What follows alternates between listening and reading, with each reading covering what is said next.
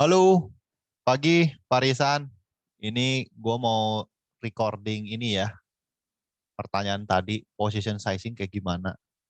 Mungkin gue bisa mulai dari baca tren dulu kali ya, buat entry dan exitnya untuk margin of safety yang boleh dibilang tempat aman di mana sih beli, kayak gitu ya. Langsung mulai aja ya. Oke, ini pairnya BTC BIDR. Jadi BTC dibandingkan dengan harga rupiah. Terus ada time frame banyak nih kan. Nah, untuk umur-umur kita, kalau saran gua sih Pak, mendingan kita main time frame-nya yang lebih panjang. Biar kita nggak terlalu banyak melihat harga, nggak terlalu banyak ngecek-ngecekin di smartphone eh, buat transaksi kita gitu Pak. Jadi nggak banyak nyita waktu dan nggak bikin kerjaan lain itu jadi terbengkalai. Nah untuk tren, gua akan selalu ngelihat patokannya itu di weekly. Gua gedein ya Pak. Oke, ini gue coba hapus dulu deh. Ini kan tren yang udah ada nih, kayak gini nih. Nah, gue akan nentuin dulu tren-tren yang kira-kira di zone-zone mana yang aman untuk dibeli. Atau zone-zone apa yang institusi ngelirik. Jadi kan kita harus bedain institusi sama retail. Nah, kita mau itu di pihak institusi nih. Karena mereka lah yang ngegerakin pasar. Mereka lah yang nyebabin harga itu push push up ditarik ke bawah. Nah, kalau kita lihat perjalanan si Bitcoin ini dari 2020 di bulan Juli, harga di pumping, terus koreksi. Setelah koreksi dari harga ini pumping kedua nih, rally kedua. Boom. Terus ini rally ketiga, gitu loh. Nah, assume ini belum terjadi nih, lagi bullish banget nih. Lagi hype-hype-nya banget, euforia. Oh, harga Bitcoin sampai 892 juta, misalkan. Nah,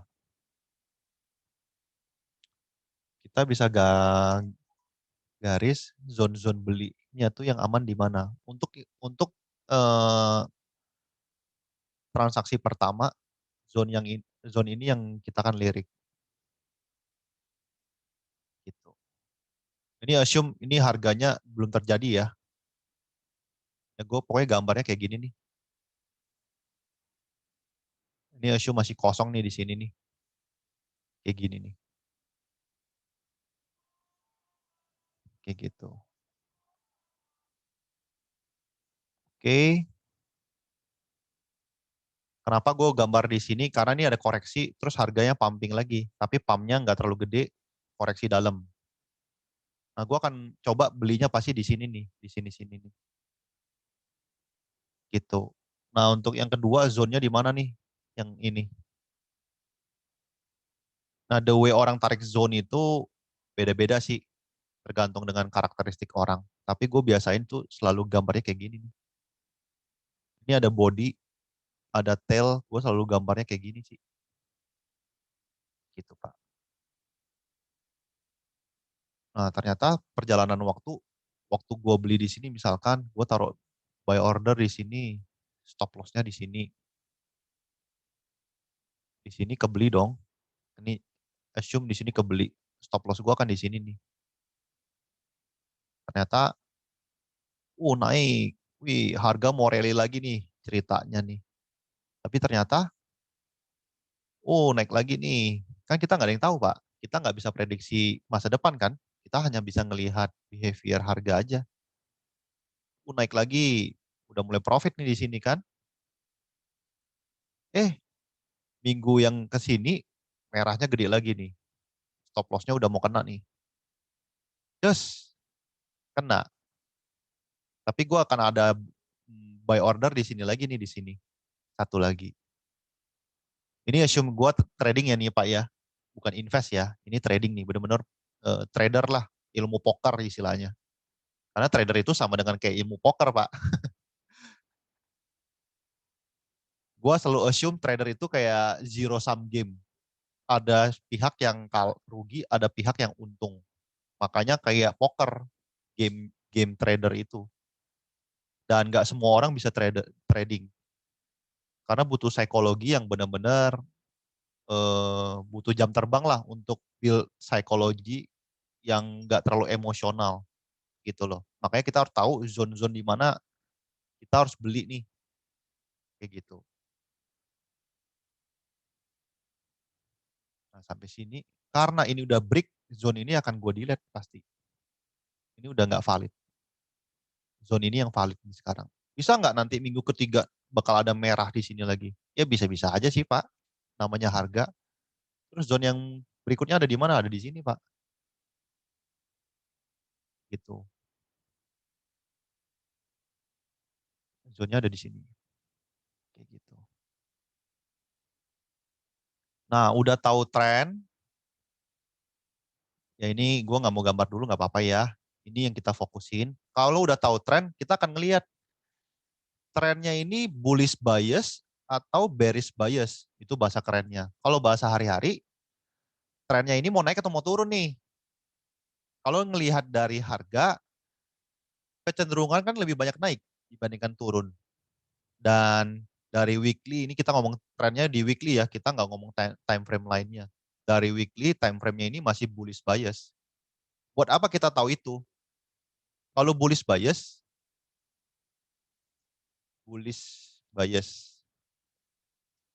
kita mau posisi long lebih banyak dibandingkan posisi short. Posisi long itu posisi kita mau beli nih dibandingkan kita mau short selling. Kayak gitu. Bearish bias kebalikannya. Kita mau posisi short lebih banyak dibandingkan posisi long. Nah, gue juga mau nambah informasi. Dulu zaman gue baru-baru mulai trading, selalu banyak dipenuhi di otak gue itu dengan jargon-jargon teknikal. Dan banyak ngehafal chart pattern. Oh ini candle-nya nih, ini bearish engulfing. Ada ada candle kecil, terus ada candle gede. Ini namanya bearish engulfing. Oh ini namanya hammer. Ini candlestick yang bisa confirmation untuk kita beli. Dulu kayak gitu Pak. Dan menurut gua itu wasting time dan bikin kita malah tambah pusing.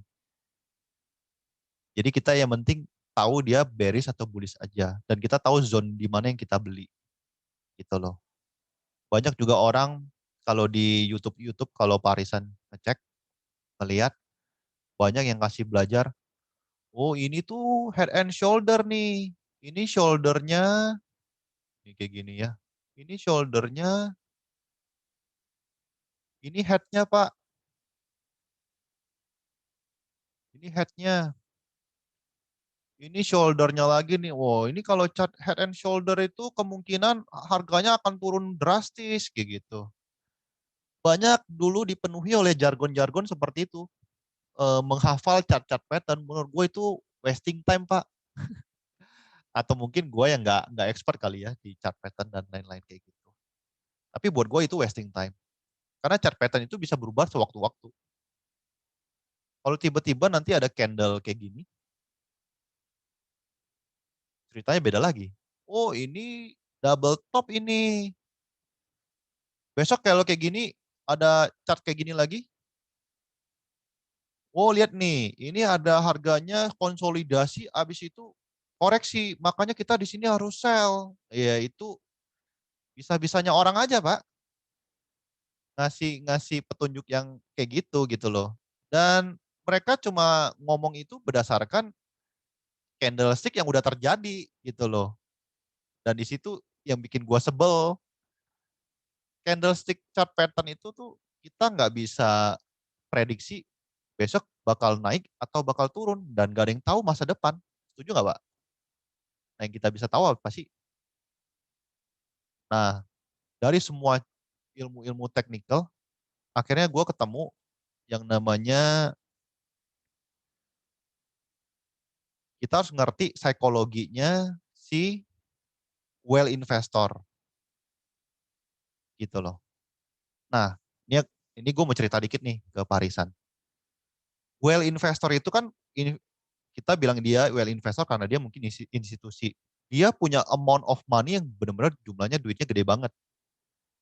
Nah, the way order dia fill itu nggak segampang kayak kita retail nih, Pak. Kalau Parisan, kalau kayak kita kan mau beli market order isi berapa juta, buy langsung dapat ordernya gitu loh. Langsung kebeli Bitcoin, rupiah kita langsung berkurang, kebeli Bitcoin. Tapi kalau institusi itu nggak kayak gitu, Pak. Mereka punya duit itu ratusan juta US dollar. Orderan mereka itu nggak bisa langsung sekali sekali nyentuh di harga yang mereka pesan, di limit order mereka, langsung ke fill tuh nggak mungkin, Pak. Biasa berapa kali tuh dites? Sekali, 2 kali, baru semuanya kebeli. Jadi ada beberapa kali ngetes harga, baru semuanya bisa ke fill order-order well investor ini. Nah, karena kita tahu behavior itu, itulah yang jadi dasar kita untuk entry posisi. Gitu loh. Kita selalu entry posisi di, nah, untuk entry posisi, gua time frame-nya merubah ke daily, biar lebih sensitif. Gua akan nyari ambil posisi itu di saat ketika fill kedua, kali well investor ini. Jadi orderan kedua mereka yang ke fill. Nah, taunya dari mana? Disitulah baru muncul istilah double top, double bottom. Gitu loh. Jadi orang tuh banyak nggak bisa ngeceritain kenapa double top, kenapa double bottom. Logikanya tuh apa tuh mereka nggak bisa ceritain. Kecuali mereka yang udah jam terbangnya tinggi ya. Nah, ini contoh double bottom. Double bottom tuh artinya harga low ini di posisi level yang sama, tapi nggak ngebreak ataupun nggak, istilah nggak dalam lah, ngetes doang tapi naik lagi gitu loh. Nah, kita selalu cari posisi-posisi yang seperti itu. Posisi-posisi belinya nanti di sini nih, Pak. Belinya di sini. Gue coba gambar ya. Oh, pakai panah deh. Belinya di sini nih, Pak. Yang candle ini nih. Nah, ini. Kenapa nggak beli di sini ya? Kalau ngelihat dari kayak gini, bisa aja sih orang bilang ini double double double bottom juga. Assume kita belinya di sini nih. Waktu harga ngetes yang ini sekali, kena low ini, terus candlenya udah hijau. Jadi ini confirmation udah, oh di sini ada kemungkinan well investor masuk posisi nih. Oh kita nggak bisa beli di bawah ya, kita kan bukan well investor Pak. Jadi kita butuh konfirmasi juga. Harga kita nggak bisa dapat yang terbaik, tapi minimal kedua terbaik. Gitu sih Pak. Nah balik ke chart berikutnya yang udah terjadi nih. Ini ada di sini nih. Kemarin kan Bitcoin drop drop terus kan ya, drop terus. Dibeli di sini, kok bisa pas ya zone yang ini belinya di sini. Ya artinya itulah harga well investor gitu loh. Harga yang dilirik sama institusi itu di sini nih. Dari mana tadi kita tahu, tadi kita udah jelasin kan harga yang ini tadi pumping yang rally kedua nih.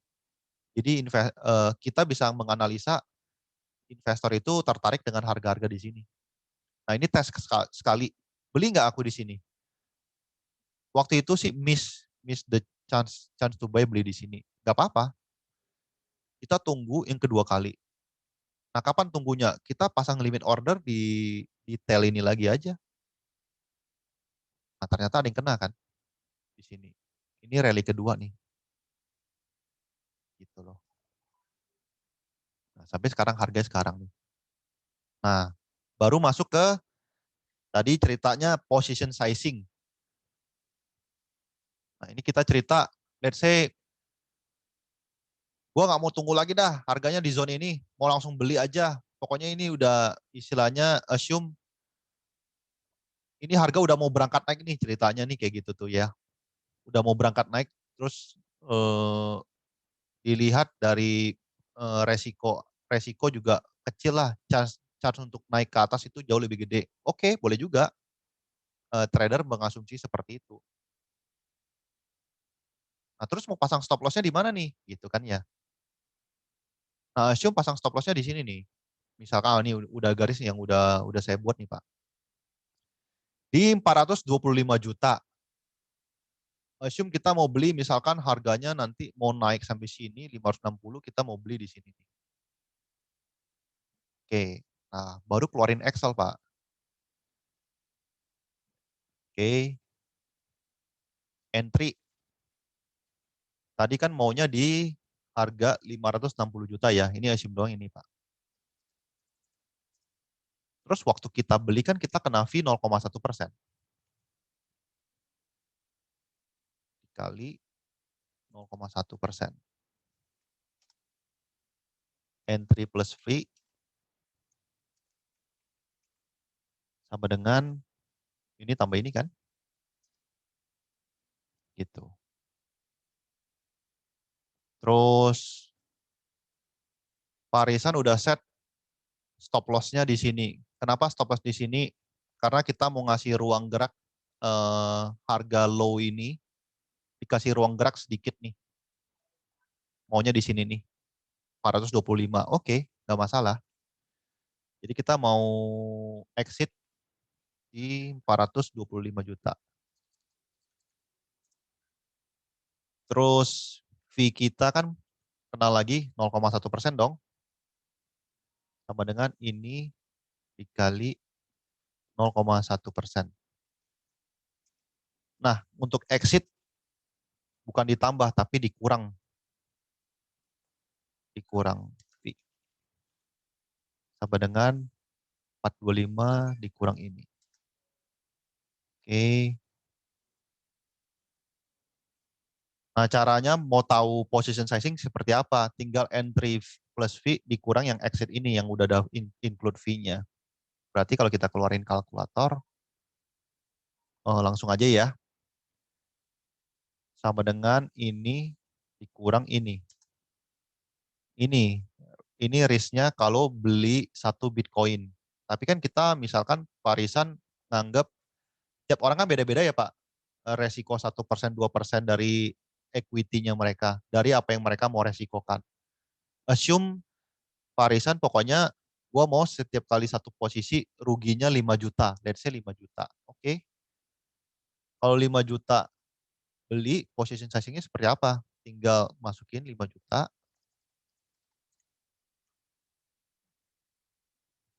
Nah, 5 juta tinggal dibagi ini aja, Pak. 5 dibagi ini. 036,769. Oke, berarti kan kita udah dapat nih. Ini amount BTC-nya nih. Amount BTC. Karena di Binance itu 6 digit, kita kurangin aja jadi 6 digit. 0,036769. Nah, kalau udah kayak gini, udah bisa kita compile kok. Kalau gue beli misalkan di 0,036769.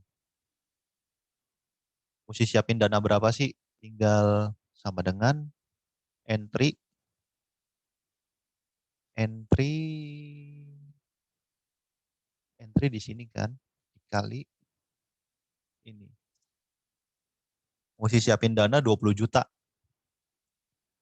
Kalau harganya nanti turun ke 425, include fee dikali ini 15 juta kan. Makanya risk gua 20 juta, waktu beli, waktu jual 15 juta, ya risk gua pas 5 juta. Gitu, Pak. Jadi cara ngitung position setting seperti itu. Harus pakai Excel sih. Karena di Binance dia belum ada platform yang belum ada ngitungin ini untuk ngitungin ini nih Pak. Gitu. Ya, yang penting rumusnya Parisan bisa tahu nih. Entry fee, fee-nya kan 0,1. Entry plus fee. Kalau exit, fee, exit minus fee. Itu aja bedanya. Setelah tahu ini, dicari selisihnya, masukin risk yang Parisan mau masukin. 5 juta kah, 3 juta kah per posisi, baru dapat amount-nya. Nah, amount ini yang kita input nanti di Binance. Tinggal ke Binance, misalkan, oke ini udah pakai stop limit, limitnya mau di buy-nya kan 560 juta, stopnya di 425 juta. Amount-nya masukin tadi yang di Excel 0,036769. 0,036769. Tinggal klik buy, klik, udah jalan Pak. Ini bisa dicek juga nih, total BIDR-nya berapa. Tadi ini kan belum sama fee ini. Kayaknya belum sama fee deh ini. Saya lupa-lupa ingat sih Pak. Tapi ini kalau udah dari Excel sih seperti ini. Nah, gue jarang pakai market order sih Pak.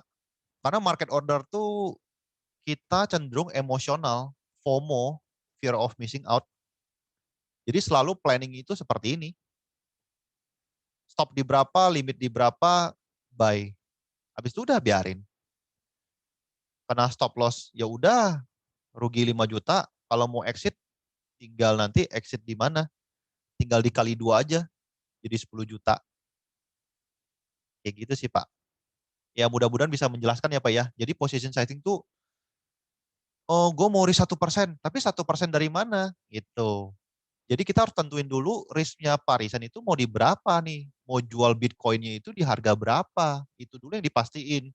Ketika udah tahu range-nya ini, baru amount-nya yang disesuaikan. Jadi jangan amount-nya itu nggak disesuaikan Pak. Banyak orang tuh nggak bisa ngitung amount-nya ini loh. Padahal ini yang paling penting nih. Mau amount berapa? Kayak gitu.